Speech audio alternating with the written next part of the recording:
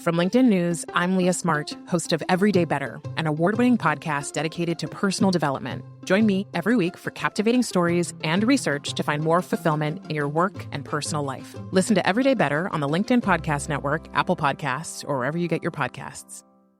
Did you know that small and medium businesses make up 98% of the global economy, but most B2B marketers still treat them as a one-size-fits-all? LinkedIn's Meet the SMB report reveals why that's a missed opportunity and how you can reach these fast-moving decision makers effectively. Learn more at linkedin.com/meet-the-SMB. Hello, my friend, and welcome to another episode of Negotiate Anything. Thanks for spending time with us today. It's listeners like you in 181 different countries that have made Negotiate Anything the most popular negotiation and conflict resolution podcast in the world. I'm your host, Kwame Christian. I'm a business lawyer, mediator, professor, and the director of the American Negotiation Institute. Before we get started, I have two quick questions for you. Is negotiation a critical part of what you do? Do you need to resolve conflict and persuade at work? If you answered yes to both of those questions, visit our website to learn more about our negotiation workshops. We've traveled the country working with professionals just like you, and we'd love to have the opportunity to work with you too. Check out the link in the description to learn more. Rich, thanks for joining us today. Appreciate you having me, Kwame. Hey, it's my pleasure, man. Well, how about we start off by telling the audience a little bit about yourself and what you do? Yeah, so by day, I'm an internal communications and change management specialist at Google, supporting the staffing organization. By night and weekend, I'm a podcaster. I help people navigate careers and personal finance over at Paychecks and Balances. And, I've been in the podcast game for about 7 years now. And I was telling you before the show that today marks 1 year in my change management and internal communications position. So it's also a monumentous occasion, even though we're also in some hashtag difficult times. Yeah, seriously. Well, first of all, kudos on your anniversary. That is something to be celebrated. Actually, it's our anniversary week, me and Whitney. 10 years on Friday. So you better do some shopping, bro. I know if I want to make it another 10. Well, yeah, this is perfect timing actually for having you on the show to talk about some of the things that are going on. And for the listeners, I really want to make sure that you all are prepared. And that's why you noticed there wasn't an episode on Wednesday or Friday, because I was trying to figure out what to do about this. So we had an event on Friday that went well, and I want to make sure that I'm not tone deaf and I'm not avoiding this conversation. So I want to give you something now. So it is Monday, June 7th. Is it now? 8th. June 8th. And it's so all blending together, man. All the days are blending together. It really is. And so this is the day it's going live. So typically with our episodes, we keep it within like under 30 minutes. But this one, I'm expecting it to be a little bit more conversational and a little bit more raw because, again, I want to get you this content quickly and it's going live today. So we're going to talk to Rich about what it looks like within our organizations, these difficult conversations about race, justice, and potential changes that we make within our companies. How do we have those conversations? And so we're just going to have an open dialogue about this and see where it goes. But I guess we'll start off, Rich, with talking about what you've seen in the company. What types of conversations are happening now?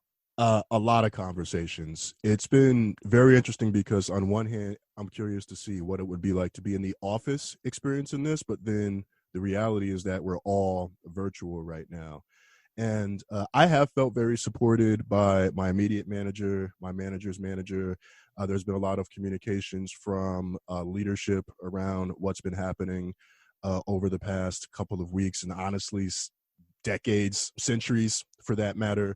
So I do think that there's probably a bit more commitment to addressing these issues where I work than maybe what would be the case in some other companies.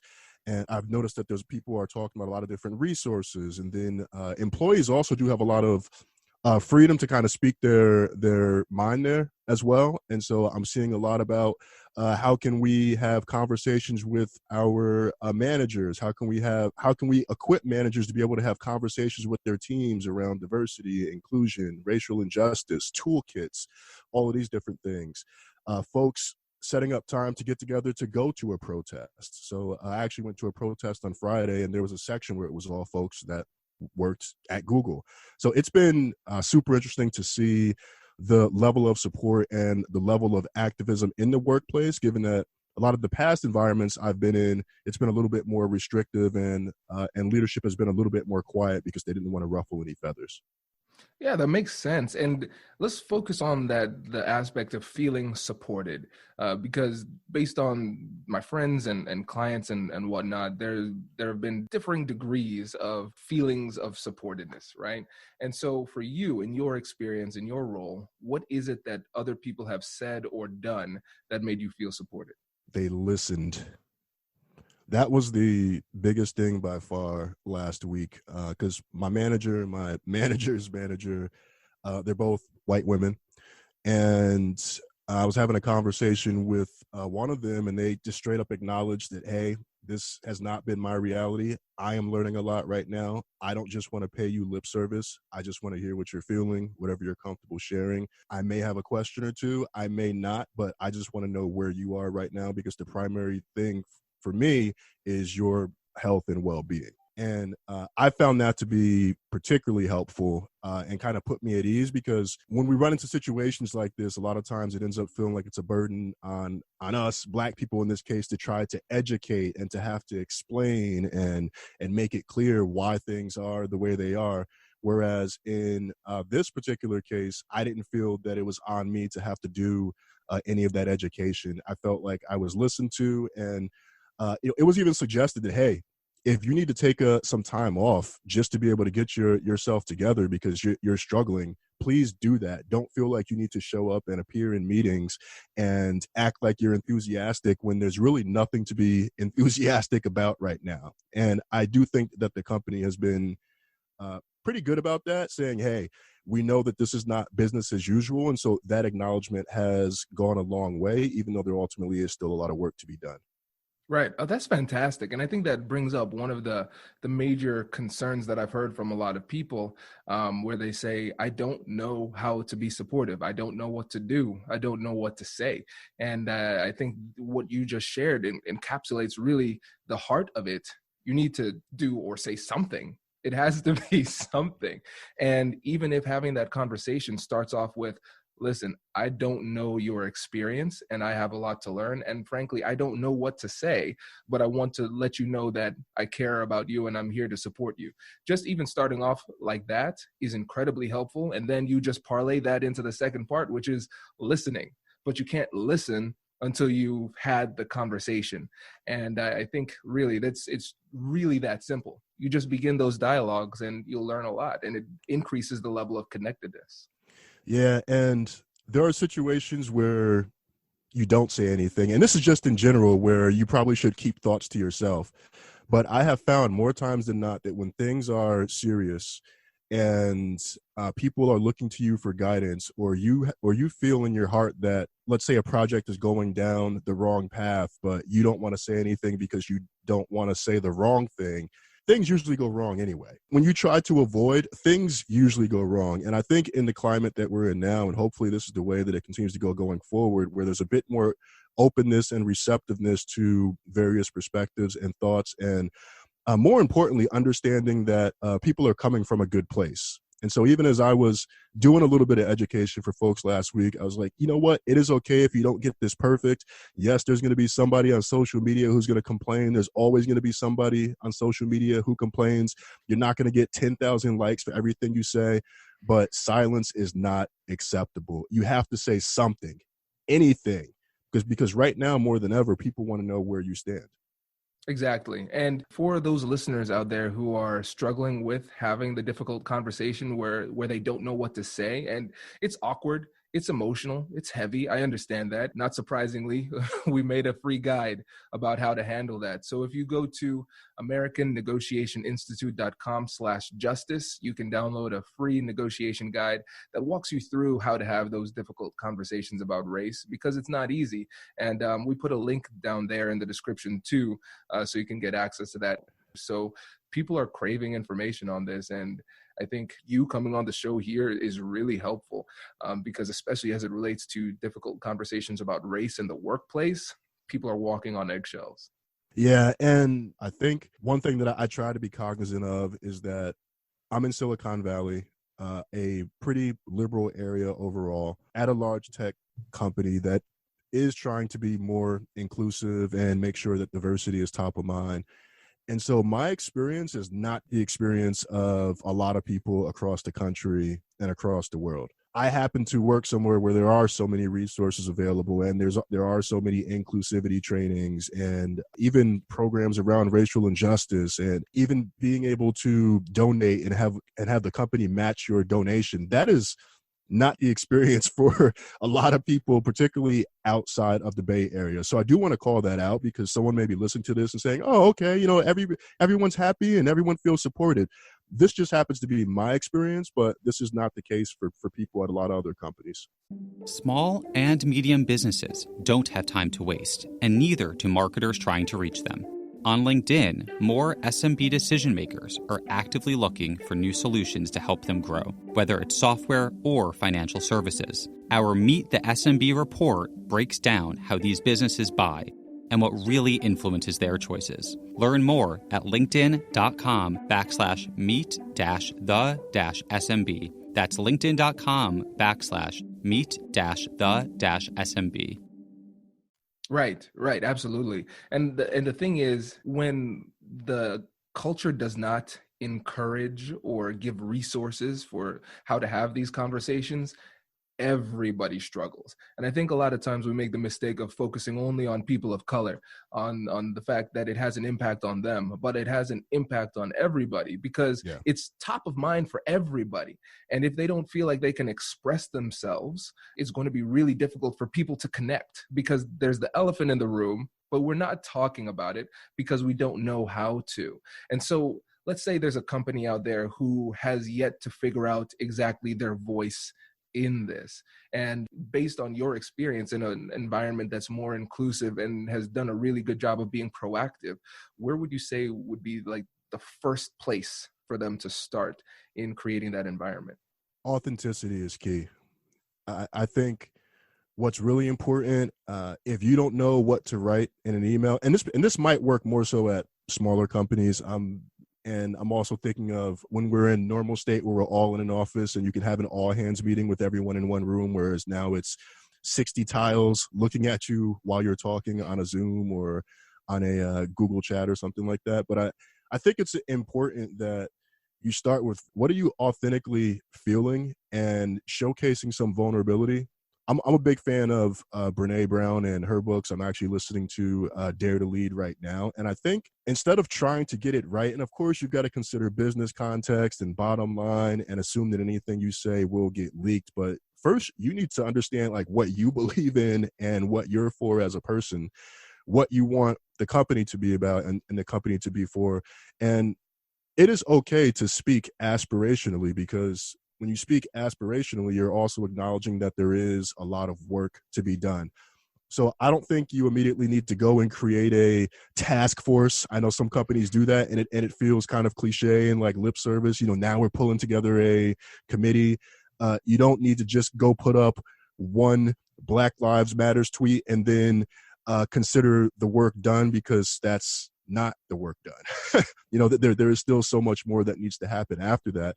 And I think in addition to speaking honestly about how you're feeling and even being able to acknowledge you don't have the right words, that can resonate with people, because it comes across as human and making yourself available to listen and hear perspectives. I think that's super important too, versus just not talking about it. And I think part of what we're seeing now, and I've seen this come up a lot more recently, is performative activism. Have you heard that term?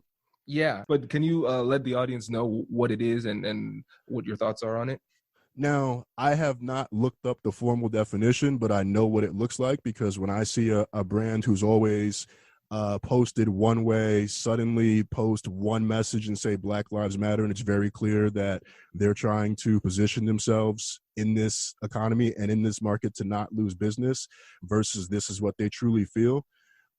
You could almost call it checkbox activism too, where someone's like, I shared a post, so, I'm fully down and I fully support, or I sent an email out to my list this week, so, that means that I'm fully on board, or, well, we sent an email out to employees, and this is something I've seen a lot of companies do and get it wrong, just from conversations that I've had with friends this past week, where the company sends out a note denouncing racial injustice, violence, talking about how it's wrong, but they don't state any next steps. And it really just feels like a one-off, like, an obligatory email that we have to get out to pacify folks. And we're just going to keep on moving business as usual. Whereas when you're communicating in an environment like this, you acknowledge that this is going to take work and it's going to be something that's going to be top of mind over the long haul. And there are some action steps or some next steps that you're thinking about, which you should share with folks. And I do think it's okay in some contexts to say, hey, I don't have all the answers right now, or we don't have all the answers right now, but it's something that we're actively thinking about.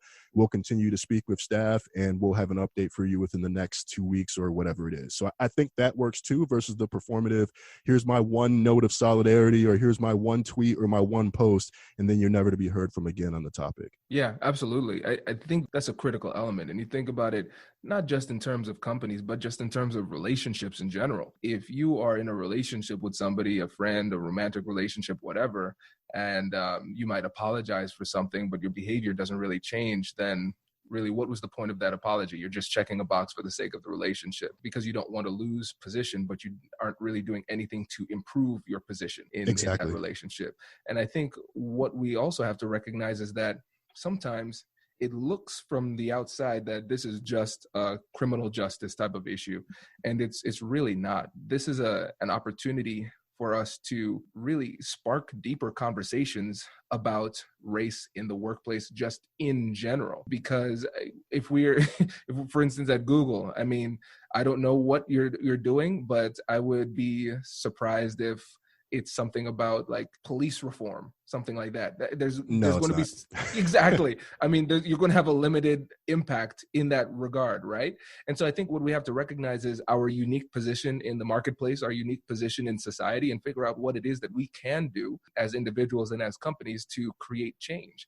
And one of the things that a lot of entrepreneurs I'm seeing they're posting about, or people who are business leaders, is that this is an opportunity for us to have discussions about economic empowerment, about diversity at the various levels of a company. Because oftentimes what you see is it might have higher levels of diversity at the lower levels, but then as you get higher, there's less and less diversity. And so maybe the conversation isn't about criminal justice in your organization, but it's saying, hey, this is a reminder. We should probably revisit those conversations about inclusivity and diversity at the different levels. And so I just want to encourage people to not feel disempowered because of the fact that you might not be able to have a specific voice and lead to specific change in this specific area as it relates to criminal justice.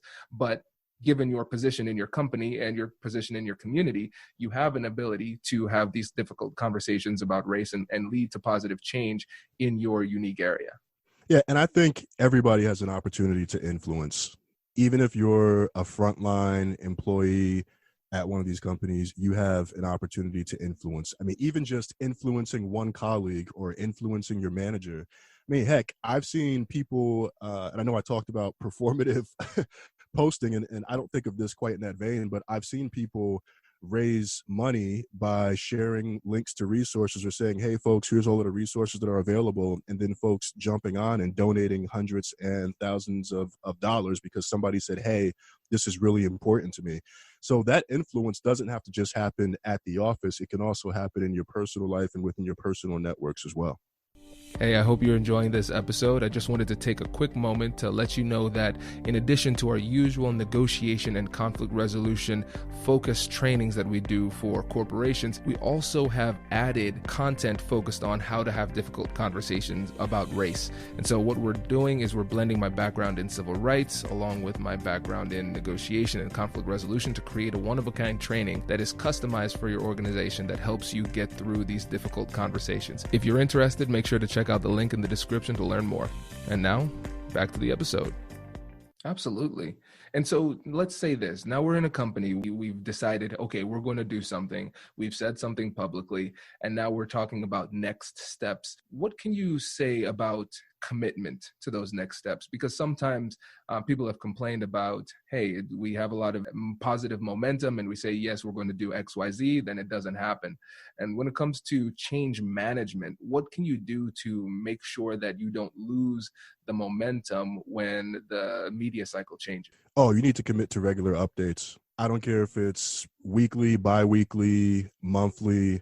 You need to commit to providing regular updates on that progress, because that question is going to come up. And I think a lot of folks will start from a place of skepticism, because a lot of times at companies, something has momentum and it's rah, rah, rah. And maybe not so much in the context of what we're talking about now, but it's rah, rah. Yes, we want to do this thing. We want to make this thing happen. And then a few months later, it's like, whatever happened to that thing that we were talking about? But even within the change management context, we have, plans and timelines and roadmaps laid out where it's very clear to see what the checkpoints are and what it is that we're committing to. And so maybe you don't have everything figured out from the past couple of weeks and what you're going to be doing for the weeks or months coming ahead. But you can say, we plan to revisit this at our next meeting or at our next all hands, whatever it is, in 2 weeks or a month from now. And I think putting that deadline on it creates accountability for self and to the company, and also lets employees know that it's something that you are holding yourself accountable for and that they can expect to hear from you. And so you do need to take action over the course of that time period because you've committed to it.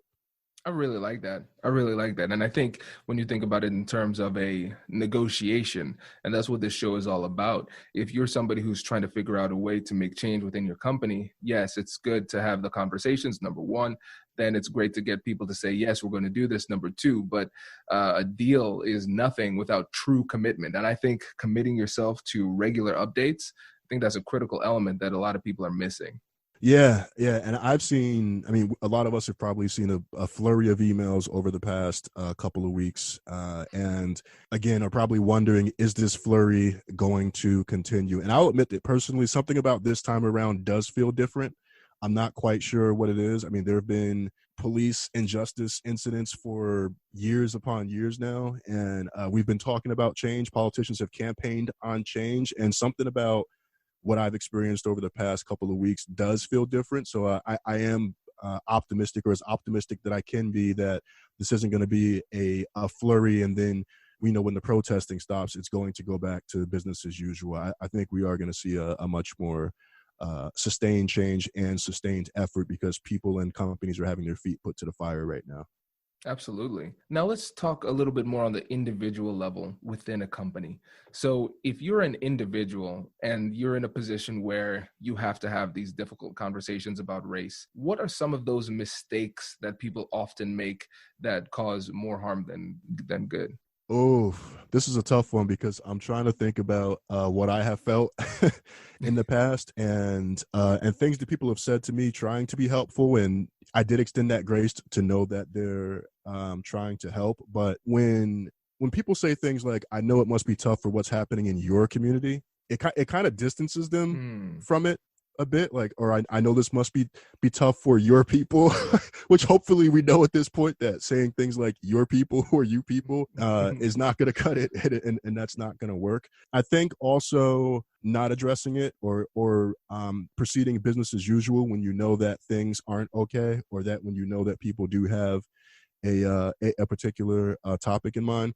I've seen folks do that as well. I also think some folks will, I want to say people rely on their natural instincts when they get nervous and uncomfortable. And so sometimes that's folks, they're trying to make jokes, and the jokes are happening at a really untimely moment, or they're trying to be super positive, or They normally say, hey, how was your weekend? But knowing what's going on now they come in and don't say anything at all. And even though, and I'm someone who hates that how was your weekend question. I get into work and I'm grumpy. I don't want to talk for the first couple of hours. And it would annoy me. But I would tell you now, if I went into the office now and somebody who always asked me, how was my weekend, then did not ask me, I would notice that. And it will come off to me as avoidance of the issue. And I think that avoidance is a big theme that is palpable and that can make people feel really isolated versus moments of acknowledgement. So real quick story. One of the most impactful moments that I had in my career was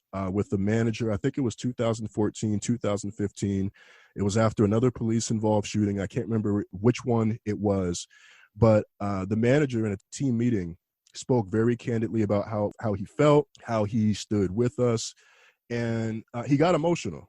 And I've probably not felt seen at that level in many other situations. I mean, probably with my current manager now and the folks that I work with now, I feel it. But for a span of years, I did not feel that visible and that understood as I did in that moment where that manager spoke very candidly to the whole team and said to everybody, this is wrong. This is not okay. We need to do better. I want to do better. How do I help? And that ties back to that authenticity and vulnerability that I talked about earlier, where I still felt sad at the time about what was happening in the world, but then I also felt supported and I saw someone physically, and emotionally communicating what was on their mind in a way that felt true and honest and not just like lip service. Because lip service, people can see it and read through it all the time. Yeah, no, you're absolutely right. You're absolutely right. And there was so much good in there. Let's focus on a couple of things. So when you talked about the your community type of language, because I think a lot of well-meaning people can use that and they might miss what the problem is with that. So as an educational opportunity, can you tell us a little bit more about how you interpreted that? Because when it's not my problem. So, and I know this must be tough for your community. No, if you care, yes, you don't have my exact experience, but this should be difficult for you too.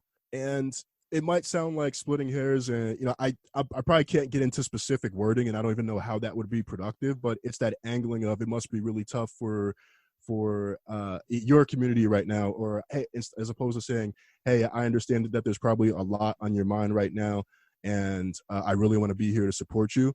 So it's kind of showing that like you're there and you're supportive, and as opposed to saying, I acknowledge that things are happening over there, that there are things that you're struggling with in your world, and then kind of leaving it at that, because it almost sounds like othering in a way where it's like I'm on the outside and I see that you're struggling over there versus I know that you have a lot going on. This impacts me too, and I want to be part of helping to change or solve whatever the issue is.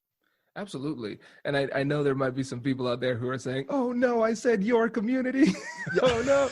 But don't worry about it. And I think this is really important, because that's not the kind of thing that will sink you in this conversation. You're not going to lose the conversation or lose a friend or a relationship because of that.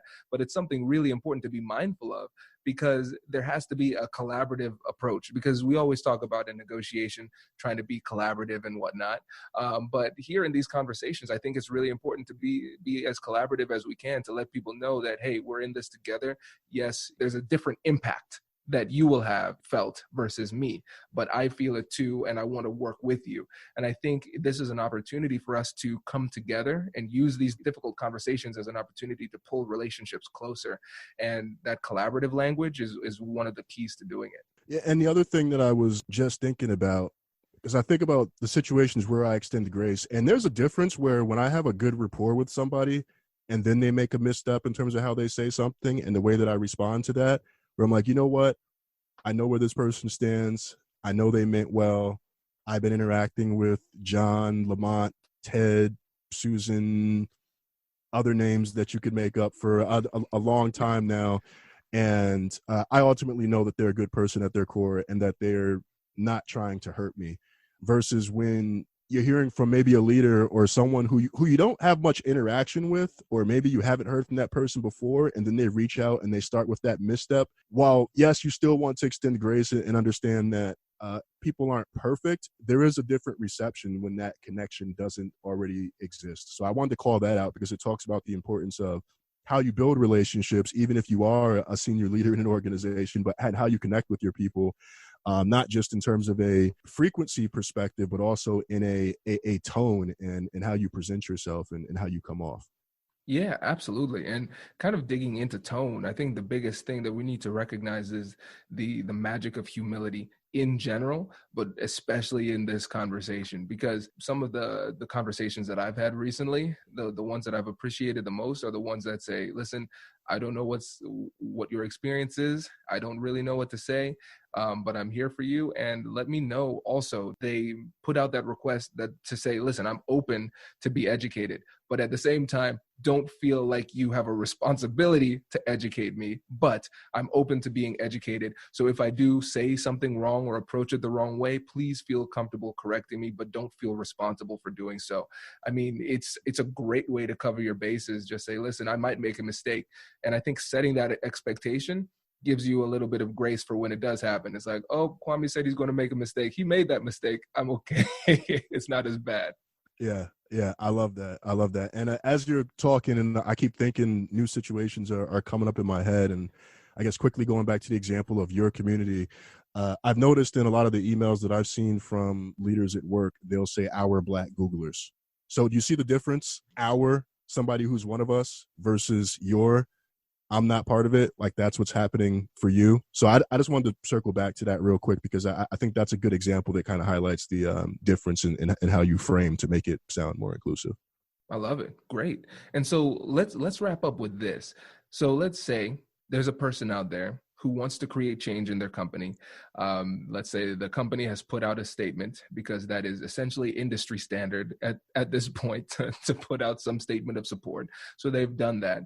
And now the conversation has gone stagnant. Nobody has said anything else, and that's it.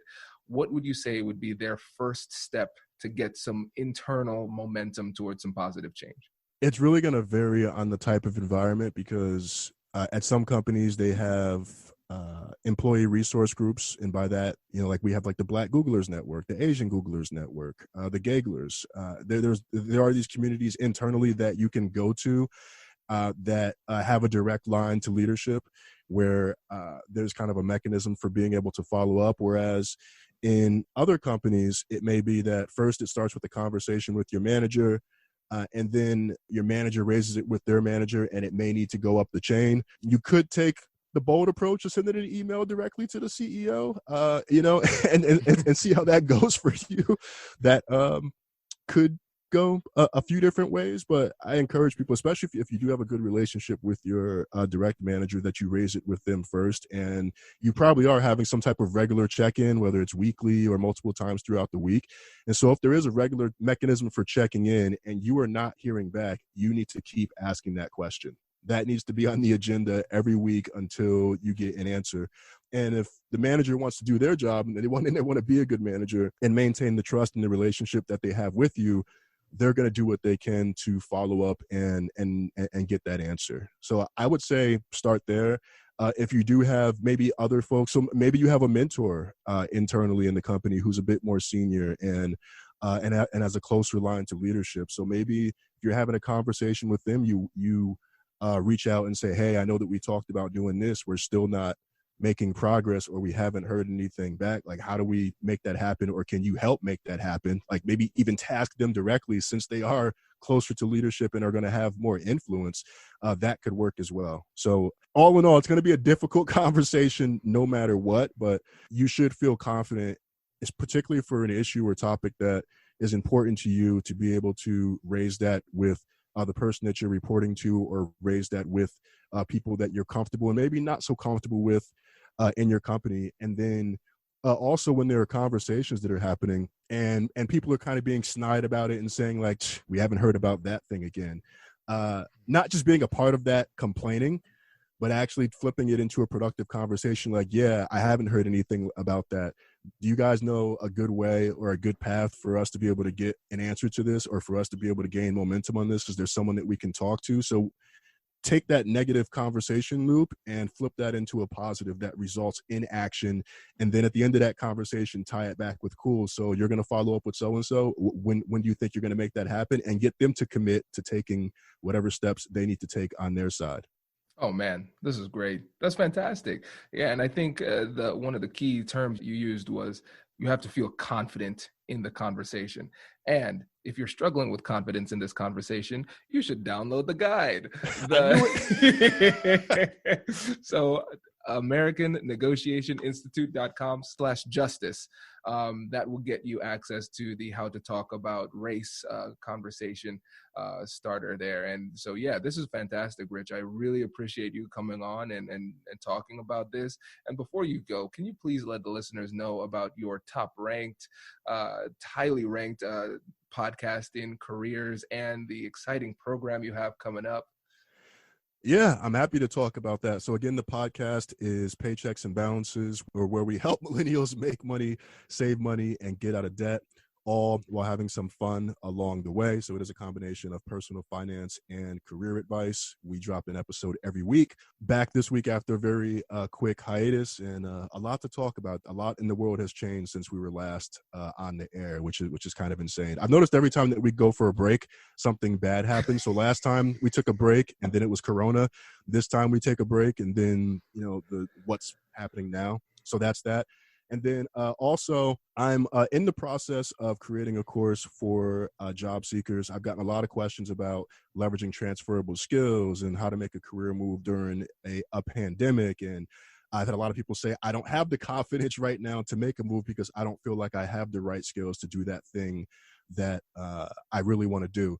So I have created a free 5-step guide to changing your day job. So if you visit changeyourdayjob.com, you'll find that resource available there. And do feel free to reach out to me if you have any questions. I'm all across social media at I am Rich Jones. Fantastic. Rich, thank you so much for coming on the show, man. Appreciate it. This was a lot of fun. Congratulations, you've just joined an elite club. By listening to a full episode, you're now officially on the Negotiate Anything team. So welcome aboard. What most team members do is they subscribe to the podcast because that allows them to automatically get the latest episodes of the show. The best things in life lie on the other side of difficult conversations. Keep learning, keep practicing, and keep getting better. Your relationships will improve, your career will soar, and you'll have the confidence you need to get the most out of these crucial conversations. Again, thank you for joining the team. We're excited to have you, and I will see you in the next episode. I'll catch you later.